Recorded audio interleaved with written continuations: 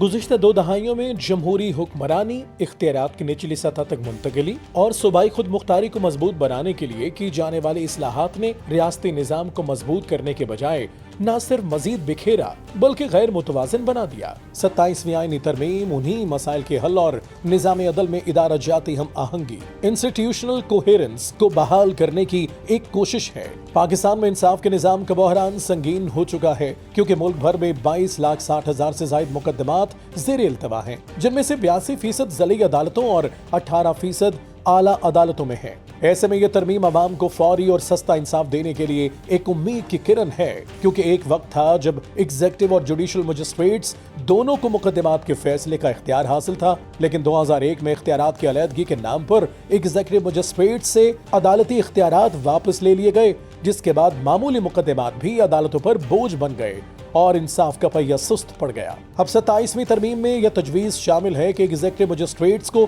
دوبارہ محدود عدالتی اختیارات دیے جائیں تاکہ وہ جوڈیشل مجسٹریٹس کے ساتھ مل کر معمولی فوجداری مقدمات کا فیصلہ کر سکیں۔ یہ وہ اختیارات ہیں جو 2001 سے معطل ہیں۔ اگر یہ نظام بحال ہو جائے تو چھوٹے تنازعات ضلعی سطح پر جلد نمٹ سکیں گے اور عوام کو انصاف کے حصول میں برسوں کا انتظار نہیں کرنا پڑے گا۔ برطانیہ میں لے میجسٹریٹس اور فرانس میں لوکل ٹریبیونلز اسی ماڈل پر کامیابی سے کام کر رہے ہیں، جہاں معمولی نوعیت کے مقدمات مقامی سطح پر فوری نپٹائے جاتے ہیں تاکہ بڑی عدالتیں سنگین نوعیت کے مقدمات پر توجہ دے سکیں، کیونکہ وطن عزیز میں سپریم کورٹ جائیداد کے تنازعات سے لے کر آئینی بحرانوں تک سب کچھ ایک ہی چھت کے نیچے سن رہی ہے، جبکہ ہائی کورٹس آرٹیکل 199 اور 184(3) کے تحت ہزاروں انتظامی درخواستوں میں الجھی ہوئی ہے، اور 27ویں ترمیم اسی بگاڑ کو درست کرنے کے لیے آئینی عدالتوں کے قیام کی تجویز پیش کرتی ہے، جیسا کہ جرمنی، جنوبی افریقہ اور اٹلی میں موجود ہے، تاکہ آئینی اور انسانی حقوق کے مقدمات تیزی سے نپٹائے جا سکیں